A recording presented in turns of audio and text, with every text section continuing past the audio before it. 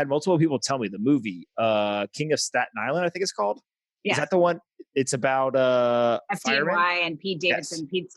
Pete Davidson's dad died in 9/11, and so it's about like what his life kind of. It's sort of, he's not a comedian in the movie, but it's about his life and his family. You know, some things are changed. But did you guys watch it? yeah, I watched it separately from him, but it's really good. It's excellent. Is that what the and Bill Burr, who's a good friend of mine and a comedian, and he's amazing and super talented and is incredible in it. Yeah. I went on Bill Burr's podcast and he was screaming about the Federal Reserve for like half the time, to the point where I thought he was going to run for president. He's always equally furious about, like, it could be. He's super educated though. That's the scariest part, is a comedian who's educated and mad. Like I was very impressed with how much he knew, but he was very mad, and I was there for it. I loved it. But is that what the FDNY culture is like in that movie? Yeah, I mean, a lot of it is very accurate. I mean, this is also like a while ago, but you know, it's definitely very accurate. I mean, there's a subculture to the fire department, and they understand each other in a way nobody else does. It's a lot like comics in a way, except, you know, again, they save people's lives and we're narcissists. But they work off adrenaline. You know, their highs are really high, and then the downtime is like awesome. You know, so. And the lows are very low and very scary. So it's like, there's this language they speak that nobody else speaks. Like when we hang out at the table at the Comedy Cellar, this club it's kind of my home club when I'm in New York, and I miss being there so much now. We just sit at that table and like slam wings in our dumb faces and just say unspeakable things to each other, you know? And then a comedian will come up with his girlfriend, or a female comic will come up with her boyfriend or whatever, and the comics get annoyed. They're like, oh, so-and-so had to bring and we'll call them a civilian. We'll be like, oh, they had to bring a civilian, you know, because we can't speak the way we speak, because it's disgusting. We're animals, and we just say like crazy nonsense that other people are called by, and firemen are the same. Are people going to get offended? Just, we don't feel like we could talk as comfortably, you know, with non-comics. I think that's how a lot of comedians feel. And like, also people that aren't comedians, they'll sort of come and try to be on in a certain way, or be like, I should be a comedian. You should put that in your sketch. You should put this in your sketch. We're crazy. You've got to come to my job. You get that a lot. Like, you should come to where I work. And I'm like, I don't really need to go to like the store you work at in Tampa. Like, I have a good idea of what happens there. I'll get material, I think, on my own. But people do that. And so comics get like weird. They just want to be comedians and not think about it.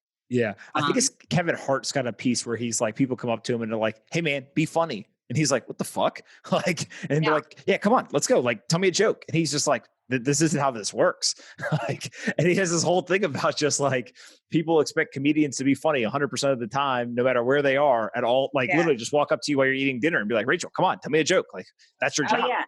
They don't understand you have like other aspects to your. I mean, there are a lot of people that do, and they're really lovely. But a lot of times, people from the audience right after the show will sort of expect you to be funny, or they'll come up and kind of neg you, like give you shit, and think like that's how you like to be talked to or something. So it's weird. And firemen, it's the same kind of thing. When I stop by the Firehouse, like I feel like the chemical change in the room when I walk into that Firehouse kitchen, and I want to be like, no, I'm an animal too. Like, you can keep saying the disgusting things you were just saying. You hear my friends were like 10 times worse, but there's some weird similarities, you know? Have you walked into the Firehouse yet and just roasted a bunch of them? Like, I feel like that immediately puts you on even playing field. Just walk in one day and just the worst things that you would say to your comedian friends, just go down the line, every single fireman. And my guess is that not only will they not be mad, they'll just come right back. And then your husband will have to go like, hey guys, come on.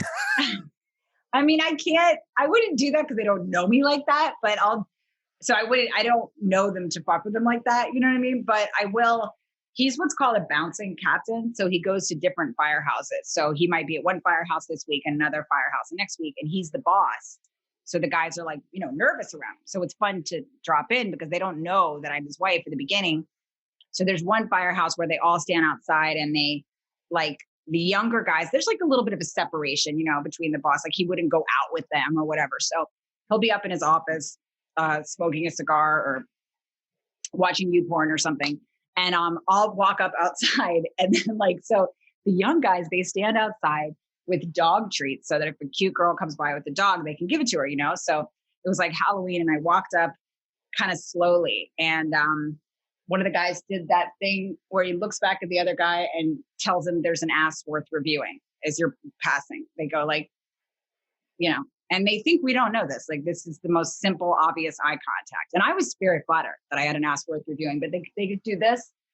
And he looks back to his friends. And then, so they all look. And so then I just kind of slowed down and it was like, you know, Halloween, so there's a lot of drunks in the street. So I was like, it's really scary out there, boys. First of all, thank you for your service. I think I could come in for a little bit and take cover. Just a lot of douchebags out there and I'm frightened, you know?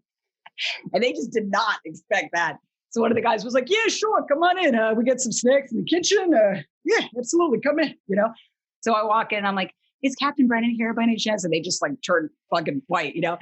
And then he calls him on the little walkie, like, he goes, boss, your boss is here. And so Pete comes down. He wouldn't give a shit, first of all. He's not jealous. He'll just hand me to anybody that asks for me. Just be like, have her back within a week or so. But, and another time I went by the Firehouse, and this was fun. So sometimes I'll bring by food, like, you know, wings from the Comedy Cellar or whatever. And a lot of them are really attractive. So I'll look for any excuse to just like pop in, I baked something, you know? So I come by and I have a box.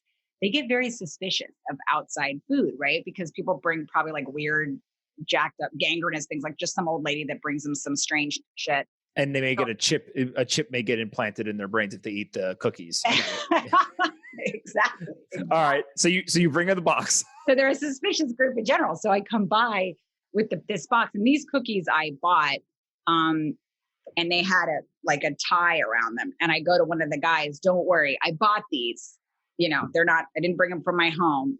And then they don't know I'm, you know, Pete's wife. And I go, and they're all tied up. You can see, I just got them from the place. And the guy was like, you like to be tied up? So one of the other guys happens to know, because he used to work in a different firehouse, that I'm Pete's wife. He's like, hey, come here, buddy. He's like, what? Do you like to be tied up? He thinks it's just some neighborhood twat that, you know, has the hots for firemen. It's come by with cookies. One of the guys is like, hey, let me talk to you for a second, buddy. He kind of takes him on a walk around the rig, and the guy came back just shook, you know, and it was so fun to fuck with them. And I told Pete on the way home, and he's like, oh, he'll have a nickname forever for that incident, you know, but he doesn't give a shit. Again, he'll just hand me right off. It's literally like the army. Like you just, the culture is so different. And yeah.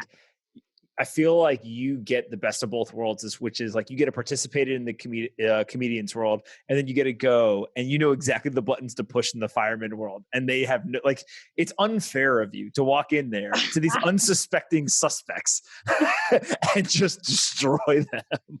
And then so fun. And then you have like the trump card. You're like, oh yeah, by the way, can I see the boss? Yeah, I know. It's the best. I love it. I love it. Yeah. Also, it's fun just to